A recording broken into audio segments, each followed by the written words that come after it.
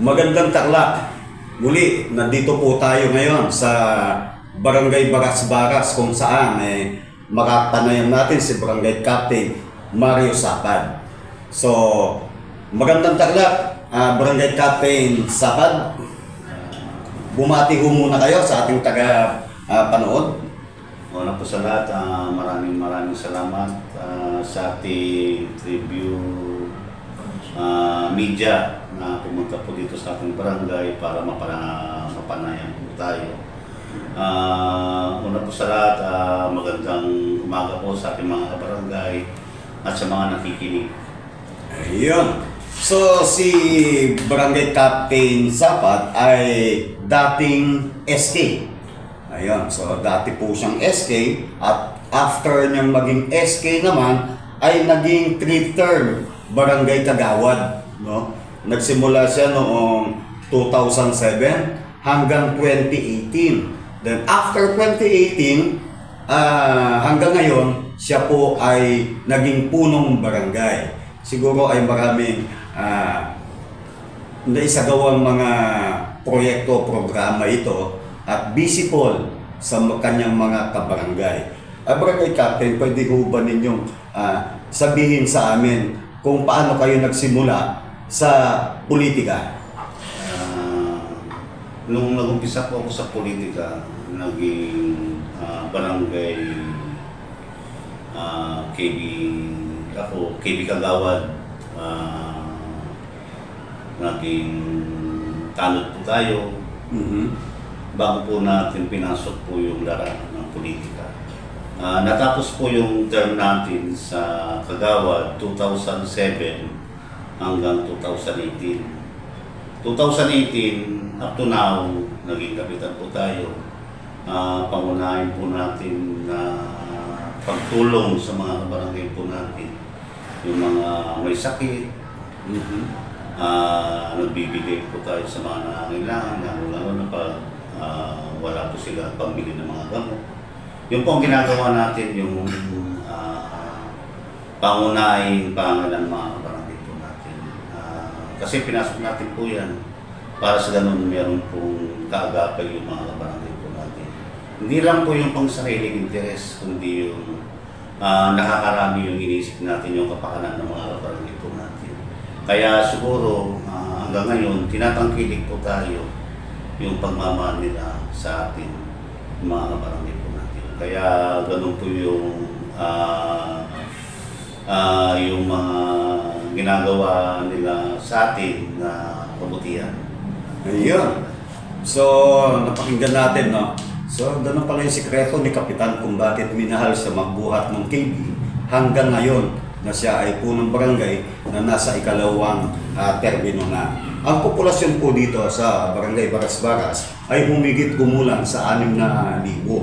At ang voting population naman nito ay nasa mahigit o humigit kumulang sa 3,000. No? At ang kasalukuyang ira naman na natatanggan o dito sa Barangay Baras-Baras ay umaabot ng 7 million. Ayun. So ngayon, itatanong po natin ngayon ang sitwasyon ng peace and order dito sa nasasakupan barangay ni Kapitan. Kamusta po ang peace and order at ano po ang inyong mga ginagawa para mapaigting ang katahimikan, ang katiwasayan dito sa inyong barangay? Sa aming barangay, tahimik. Minsan, hindi natin may iwasan yung mayroong problema. Pero sa pagtulong po ng ating Committee on Peace and Order na si Kagawad Crisanto F.D. Jr. at ang ating hepe na si Jose Jojo Ramos, palagi po nilang nami-maintain yung kapayapaan natin dito sa ating barangay. Lalo-lalo na pag merong mga sakuna na kailangan na respondihan, lalo-lalo na may aksidente. Isa po tayo sa mga tumutulong sa mga kabarangay natin at kahit na hindi natin kabarangay, tinutulungan po natin. Ayun. Yun ang maganda doon, no? Hindi lang nakakonsentrate sa kabarangay mo, kundi yung mga bisita, yung mga dayo, dapat concerned ka din. Ngayon, tatanong naman po natin dahil malapit na yung tag-ulan, kailangan, ano ho ba yung kahandaan na inyong ginagawa dito sa barangay, no? Para dito sa nalalapit na tag-ulan, at siyempre, pagka tag-ulan, marami pong mga sakit na maaring ma-absorb sa ating mga kabarangay. Kap, ano po yung mga programa po natin sa kalusugan sa ngayon?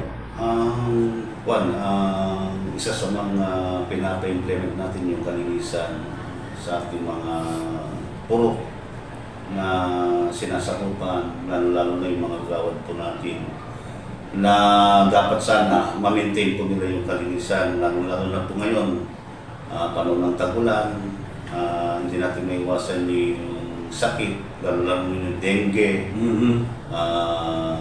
diarrhea, yung mga maraming mga iba't ibang sakit na dapat natin ingatan yung mga sarili natin, lalo-lalo na pagdating sa mga sakuna na darating sa atin.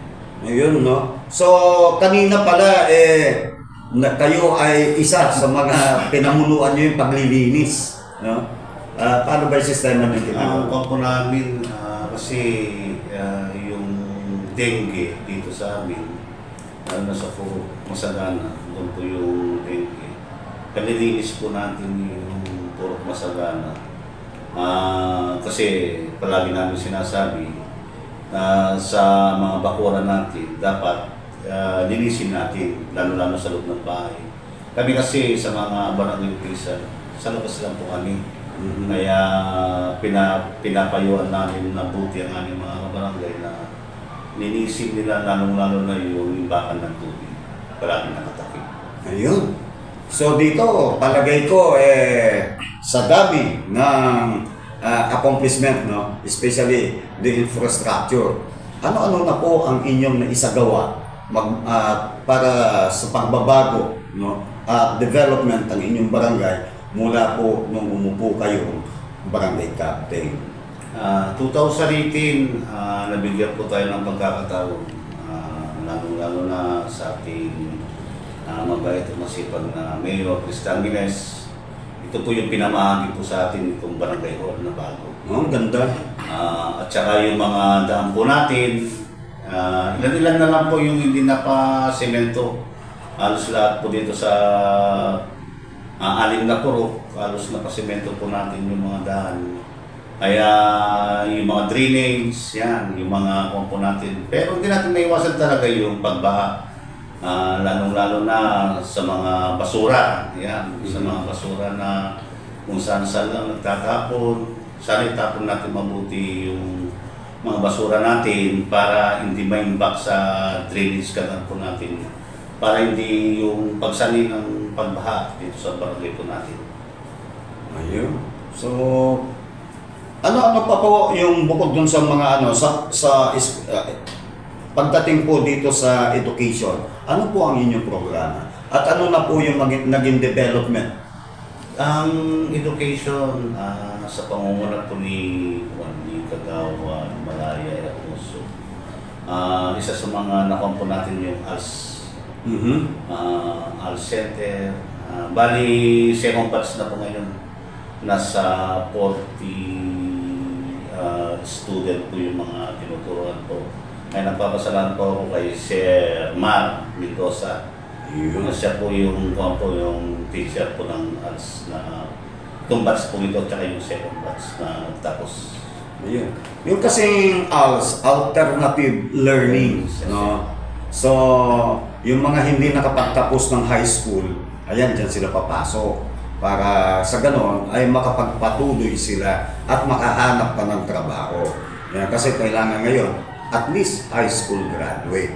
Ngayon, tatanungin natin muli si Barangay Captain. Bukod doon sa barangay hall, sa mga daan, no, mga drainage, ano pa po yung mga inyong mga naisagawang mga proyekto dito sa Baras-Baras?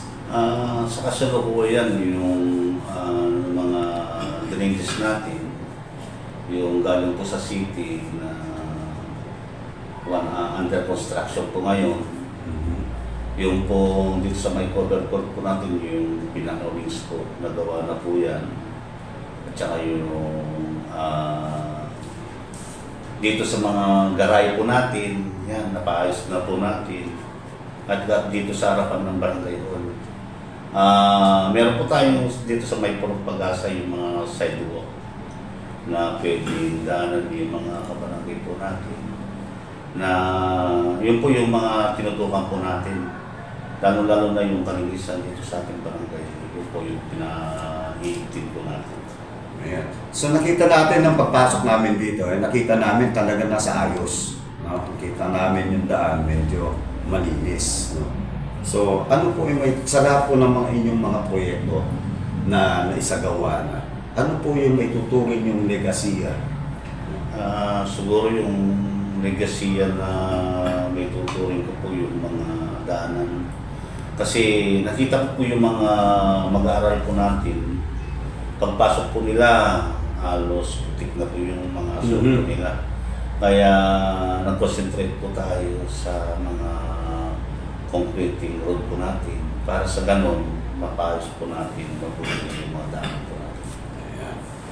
Bilang pangwakas, nais natin Kap, nasa inyong pagkakataon para magbigay ng mensahe sa ating mga kabarangay at gayon din sa mga tumulong sa atin. Maraming salamat po. Lalong-lalo na po sa aming Mayor Mr. Angeles sa mga patuloy na binibigay niyang mga proyekto dito sa aming barangay. Nagpapasalamat po ako sa kanya dahil lahat po ng mga kaibigan po namin o pagtulong sa mga kabarangay po namin, kanya pong binibigyan ng pansin. Kaya maraming salamat po, Mayor Christy, Boss Yorme Angeles, lahat po ng mga yung pamilya Angeles na tumutulong sa atin. Kaya nagpapasalamat po tayo, lalo-lalo na yung mga kagawad po natin, yung sa ating barangay, mga staff, halos lahat po kayo na laging tumutulong sa ating administrasyon na handang tumulong sa atin. Maraming salamat po. God bless po sa inyong lahat. Yan po ang naging panayam ng Tribune News Publishing mula rito sa Baras-Baras. Sa likod po ng camera, Raymond Manuel at Edwin Binuya. Ito si Paul Kidlat Gonzales, nag-uulat para sa Tribune News Live Stream.